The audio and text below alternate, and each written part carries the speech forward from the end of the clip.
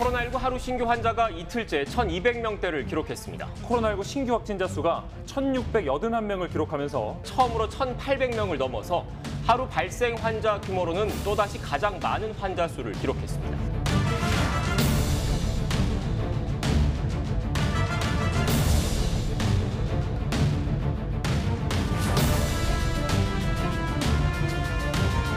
수도권 지역에 적용 중인 현행 사회적 거리두기 4단계와 18시 이후 3인 이상 사적 모임 금지를 앞으로 2주간 연장하겠습니다.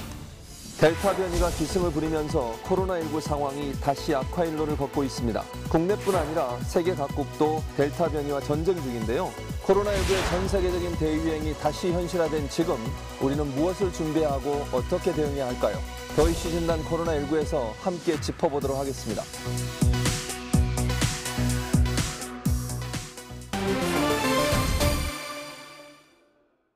코로나19 이슈에 대해 한 발 더 깊이 들어가보는 시간, 더 이슈 진단 코로나19 시작하도록 하겠습니다.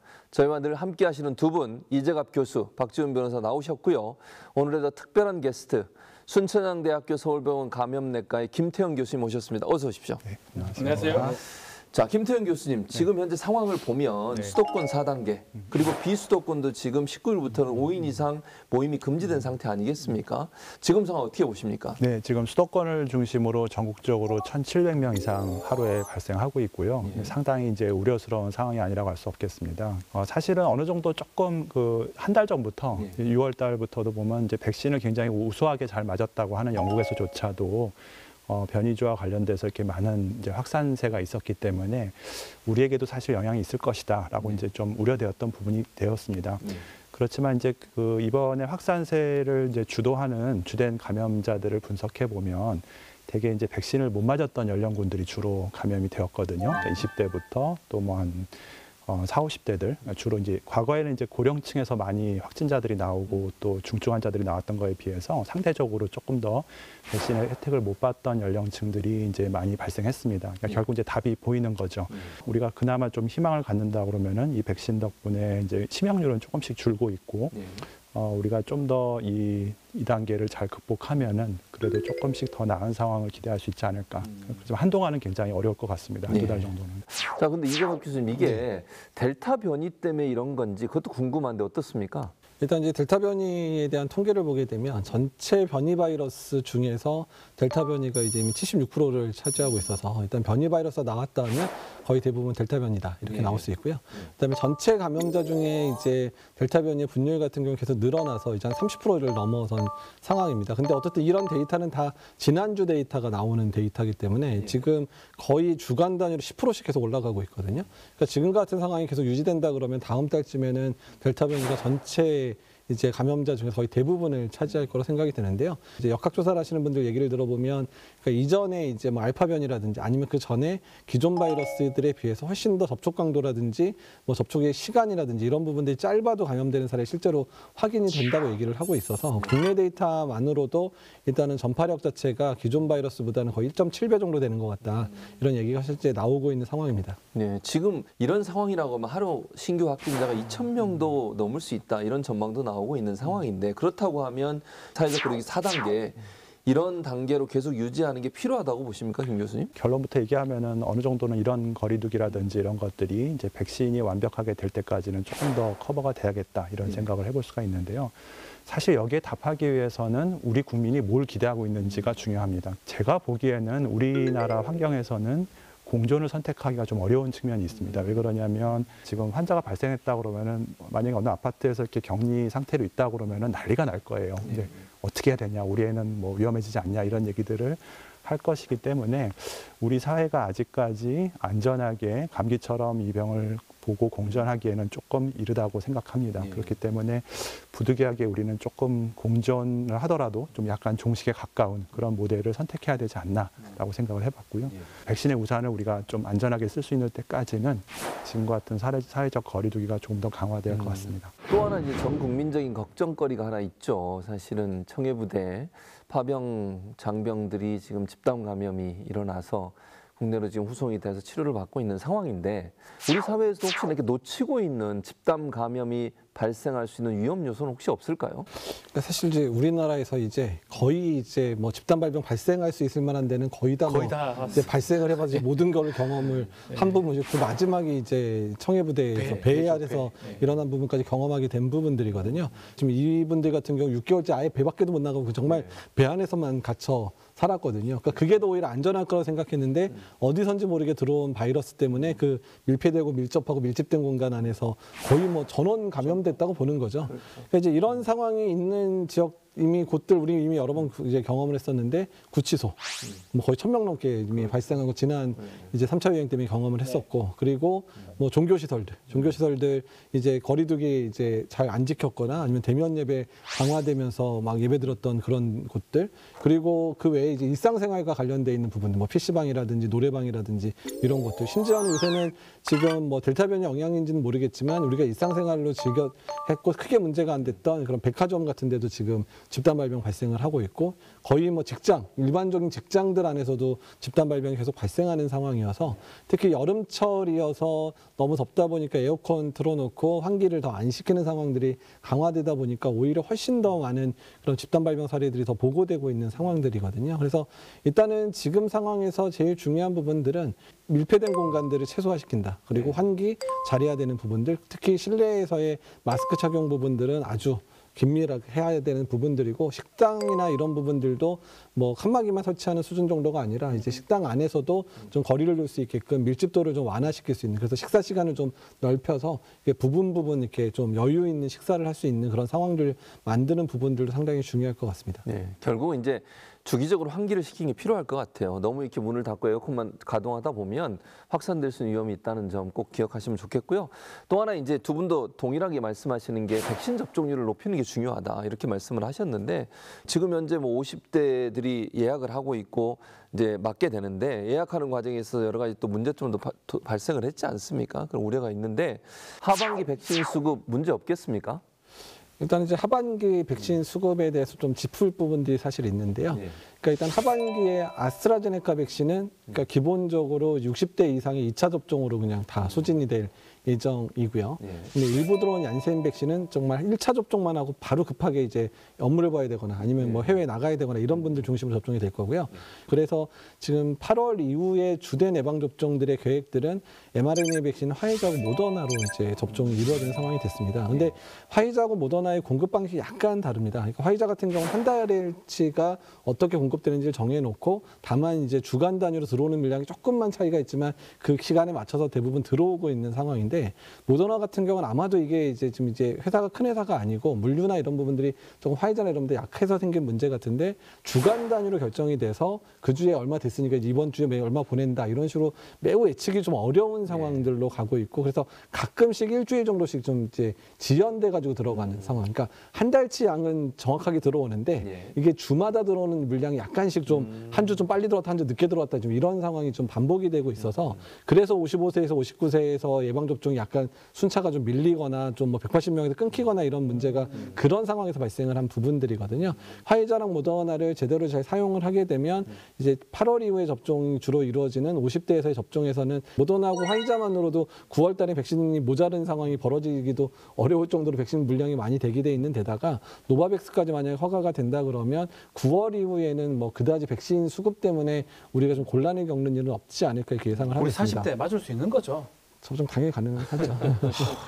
근데 다만 원래 8월 중순 이후에 접종이 시작될 거로 예상은 하고 있었는데 여러 가지 수급 상황을 봐서는 아무래도 예약이 8월 중순에 시작되고 8월 말이나 9월 초에 본격적인 접종이 시작되지 않을까 이렇게 예상을 하고 있습니다. 우리가 그 7월 달에 조금 백신 수급에 문제가 있었기 때문에 백신 접종률이 굉장히 뭐 거의 우리가 6월까지는 전 세계적으로 고공행진을 했었죠. 그러니까 거의 그 전 국민의 백신을 맞추는 30% 될 때까지 굉장히 빨리 했는데 7월 달이 이제 잃어버린 한 달이 돼버렸어요. 그래서 굉장히 또 혼란도 많고 말씀하신 것처럼 또 그 예방접종 사이트 이런 것들도 굉장히 예약도 많이 혼선이 있었고요. 저는 그래도 한 가지 긍정적으로 본 거는 전 세계적으로 봤을 때는 이 백신의 공급과 함께 또 한 가지 문제가 이 백신에 대한 그 수용이거든요. 국민들이 이제 백신에 대한 불안감이라든지 공포감 이런 것들이 초반에 저희도 많이 있지 않았습니까? 우리나라도. 근데 다행히 이렇게 전 국민이 맞으려고 뭐 막 예방접종 사이트, 예약 사이트에 막 접속을 했다는 것은 그만큼 그래도 이 백신에 대한 수용에 있어서는 상당히 그 긍정적이다라고 볼 수가 있을 것 같고요. 그러니까 이제 아마 조금 더 그 우리 정서에는 이런 백신의 공급이 잘 되면 조금 더 지금보다는 낫지 않을까 생각합니다. 자, 백신 얘기하니까 19일부터 고3 학생들 백신을 지금 맞았어요. 그렇죠. 앞으로 12세까지 화이자 백신 접종이 가능하다고 식약처가 허가를 했다고 하는데 학부모 입장에서는 좀 걱정될 것 같아요. 저도 마찬가지고 학생들의 화이자 접종 이거 안심해도 됩니까? 일단 뭐 여러 가지 이제 이슈들이 사실 있었죠. 특히 미국에서 특히 이제 남자 아이들에서의 그런 심근염 빈도가 올라간다. 100만 명당 한 10명 이내에 발생하는 것 같다.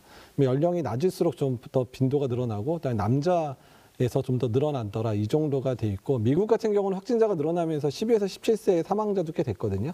아주 많은 숫자는 아니지만 사망자가 있었고 또한 입원을 했었던 친구들도 상당히 많았었기 때문에 그런 것들 다 비교를 한다 그러면 심근염의 발생 빈도에 비해서는 훨씬 예방접종 훨씬 이득이다. 그래서 12에서 17세의 청소년에 대해서 접종을 아주 권고를 강력하게 지금 하고 있는 상황입니다. 사실 특히 이스라엘도 10에서 17세 연령대에 대한 예방접종을 상당히 강조를 하고 있는 상황이긴 하거든요. 그러면 이제 우리나라 내에서 어떻게 할 거냐에 대한 부분들은 우리나라 내에서도 자체 분석을 해봐야 되거든요. 그러니까 심근염의 빈도나 이런 부분들을 이제 연령별로 이제 위험도 분석을 하고, 또한 그게 우리나라 내에서 예방 접종을 했었을 때 실제로 유익하냐 아니냐에 대한 그런 이제 우리가 보통 이거를 저희 리스크 베네핏 분석이라고 해서 위험도하고 이익을 분석하는 그런 작업들을 이제 수행을 해야 될 것 같고요. 12에서 17세 연령에서 접종을 확대할지 여부에 대해서는 충분히 고민을 하고, 그리고 이제 백신이 물량이 어느 정도 가능한 상황에서 이제 준비를 해야 될 것 같습니다. 근데 많은 학부모들이 지금 고민하는 거는 이상 반응에 대한 고민도 많지만, 그러니까 아이들이 계속 학교에 못 가고 있는 부분에 대한 부담도 상당히 많이 느끼거든요. 그러니까 이제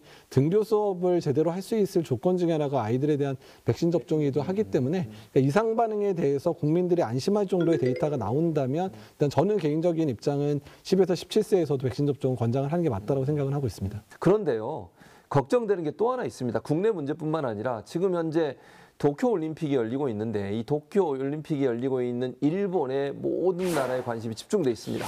코로나 사태 괜찮을까요, 박준 변호사? 세계인의 우려 속에 도쿄올림픽이 일본에서 지금 열리고 있는데요. 이미 선수 중에 확진자도 나타났습니다. 지금 과연 이대로 대회를 잘 마칠 수 있을지 많은 걱정이 되고 있는데, 자, 이쯤에서 도쿄올림픽의 소문과 우려 이슈체크에서 짚어보겠습니다.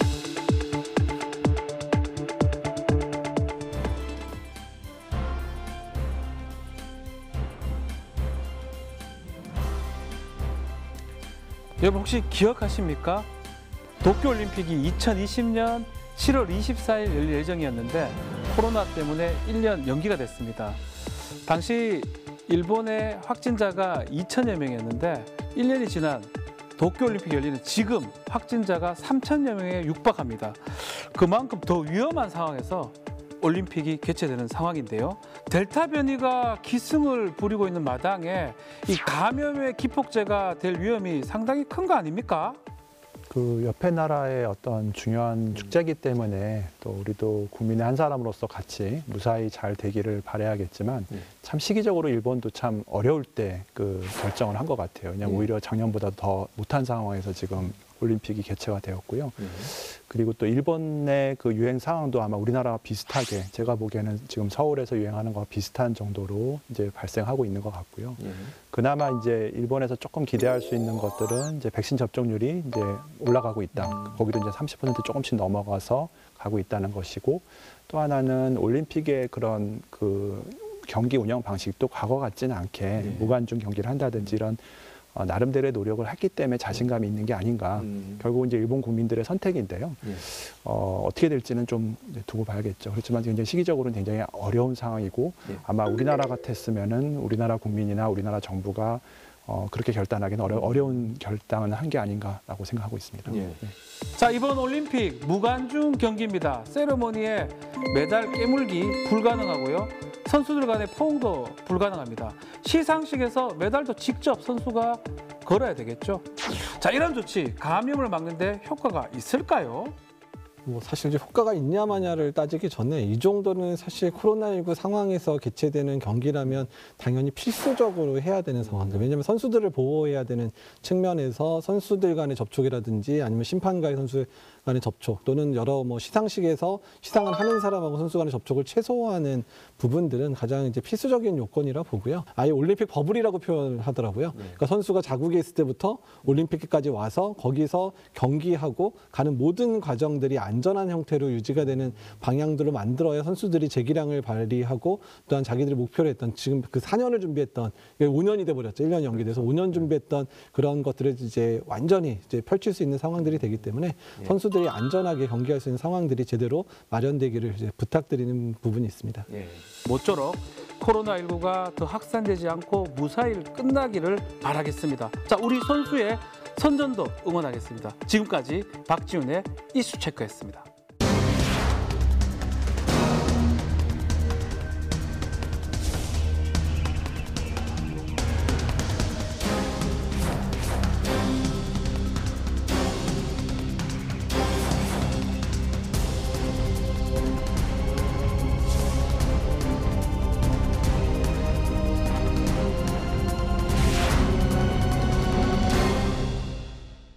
지금 전 세계적으로 코로나19 확산세를 보면 이게 예전의 팬데믹 상황이 재현되는 게 아닌가 이런 우려가 있는데 영국 같은 경우는 백신 접종률이 완전 접종률 52%가 돼요. 그런데 변이 바이러스 때문에 다시 확산세가 지금 증가하고 있는 상황이거든요. 이런 상황에서 영국의 상황이 어떤지 현지에 계신 분을 직접 연결해서 얘기를 좀 들어보려고 합니다. 현재 영국 의학연구위원회의 식탁 다스 교수님과 전화로 연결돼 있는데 현재 영국의 코로나19 상황이 어떤지 설명을 좀 부탁드리겠습니다. In UK, what we observe at the moment is that the hospital admissions are doubling every 3 weeks, and it might be hitting the scary level very soon. As of 19th of July, there has been a significant relaxation of COVID-related restrictions. Masks are not legal requirement. Social distancing is also not mandatory anymore. We know that the transmission mainly happens in closed, shared spaces, and therefore more scientific experts are concerned with this increase in cases further. Most scientific and medical advisors are expecting reimposing some of the restrictions in the coming months, coming week actually, to stop this hospital admission rise above the predicted peak levels. 영국과 인도네시아의 상황을 비교해 보면 확진자 수는 비슷한데 사망률은 현저히 낮거든요. 영국, 인도네시아보다. 이런 상황이 결국 백신 접종률이 높기 때문이라고 생각하시는 겁니까? Yes, absolutely. It is, we know for sure that vaccines works, and we know for sure that vaccine reduces the serious illness, in an individual.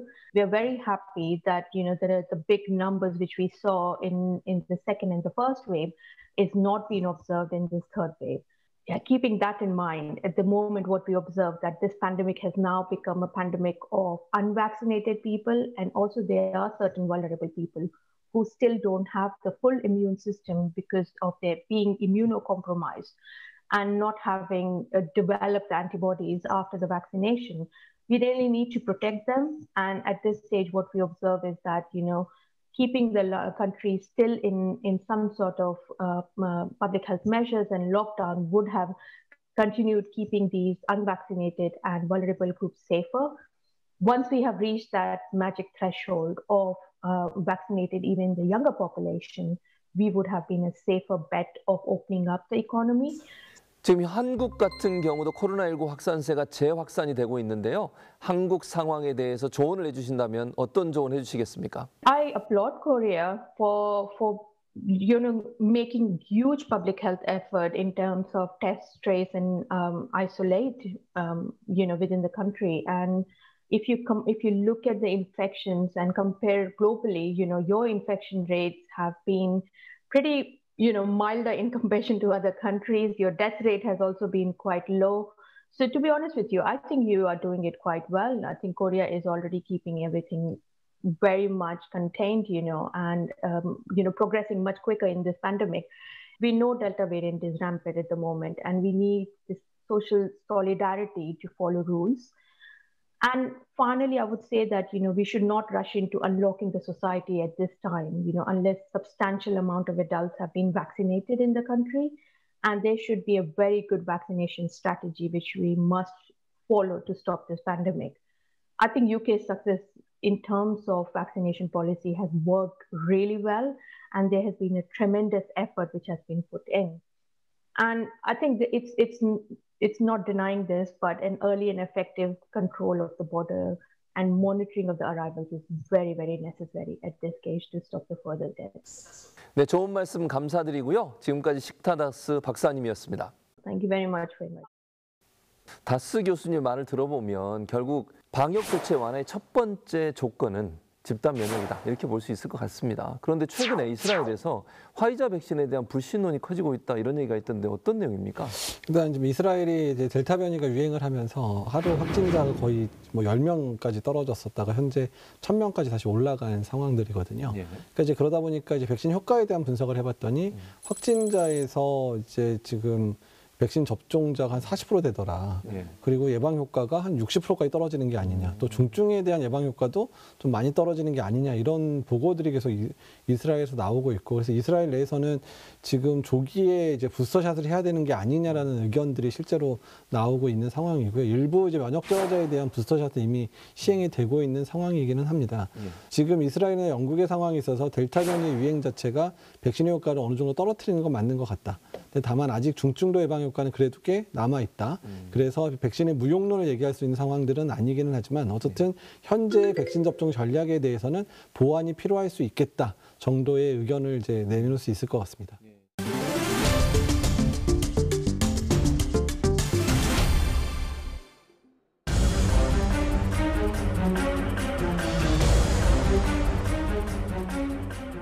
최근에 이제 네이처에서 발표된 논문 하나 소개해드리려고 그러는데요. 일단 이 연구는 이제 미국 프레드 허치슨 암연구센터의 타일러 스타 박사 연구팀이 이제 낸 논문이고요.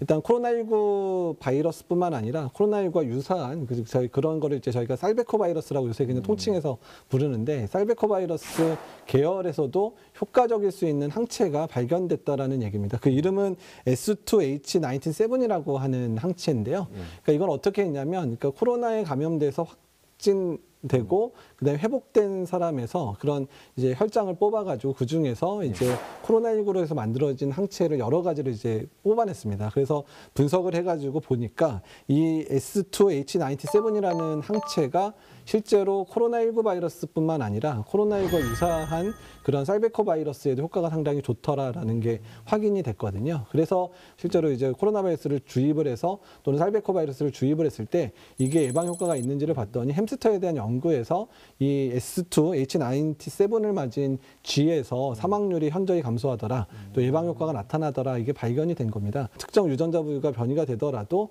특히 이제 타겟되는 어떤 잘 변하지 않는 부위에 대한 항체가 효과적일 수 있다는 부분들에 만들어진 부분이니까 범용 백신을 개발하는 데 있어서 하나의 실마리가 되는 논문이 나왔다 정도로 이해하시면 될 것 같습니다. 네, 이런 상용 백신이 나오기 전까지 어떤 방법을 통해서 백신과 또 함께 살아가는 방법을 찾아야 될지 조언을 좀 부탁드리겠습니다. 그러니까 일단 답은 우리 안에서 찾아야 된다고 생각합니다. 지금 이런 상황에서 여러 나라의 상황을 우리가 연구해보고 따라할 것들을 찾아보고 그러지만은 환경이 다 다르기 때문에 나라 간의 비교를 할 수가 없거든요. 그러니까 우리 안에서 이제 아주 성실하게 사회적 거리두기라든지 백신이라든지 이런 것들을 적절하게 조합을 하면서 이제 버텨내야 되겠는데요. 근데 그래도 저는 이게 뭐 영원히 계속 이제 우리가 과거 같은 그런 일상으로 돌아갈 수 없다라고 이렇게 절망적으로 얘기하고 싶지 않은 이유는, 그래도 인류 역사에서 보면 이 정도 되는 감염병은 상당히 여러 번 반복되었을 가능성이 많거든요. 그러니까 우리가 처음 겪는 건 아닐 거라는 거죠. 그렇기 때문에 어느 정도 우리가 이 백신과, 그리고 결국은 과학으로 해결이 됩니다. 그러니까 결국은 백신이 언젠가 더 이제 좀 더 상용화된 백신을 통해서 그다음에 이 백신도 한 번 도주로 끝나는 게 아니라 이제 반복적인 접종을 이제 하게 될 거니까요. 아마 그런 기대를 좀 할 수 있을 것 같고요. 그래도 여전히 좀 개인들의 위생, 마스크라든지 이런 것들을 좀 더 잘해서 우리가 피할 수 있는 재난을 좀 막아가자, 이런 생각을 말씀드릴 수 있겠습니다.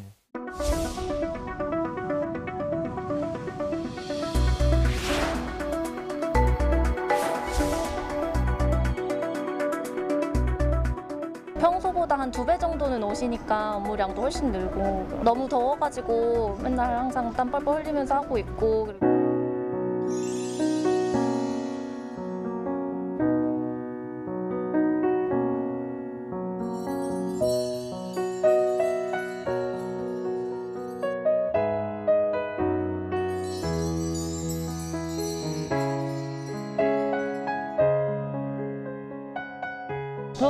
시기에도 불구하고 저희는 의료진에 있어서 맡은 바 최선을 다할 것이며 국민들 여러분들도 이제 코로나 방역 수칙 더 잘 지키고 이제 여름은 지나고 이번 겨울에는 마스크 벗고 지낼 수 있는 한 해가 되었으면 좋겠습니다.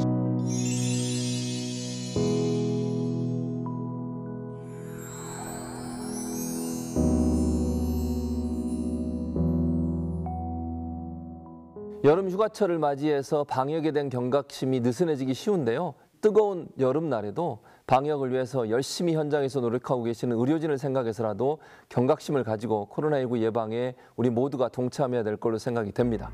코로나19가 종식되는 그날까지 더 이슈 진단 코로나19는 여러분과 함께하겠습니다. 오늘 함께해 주신 여러분 고맙습니다.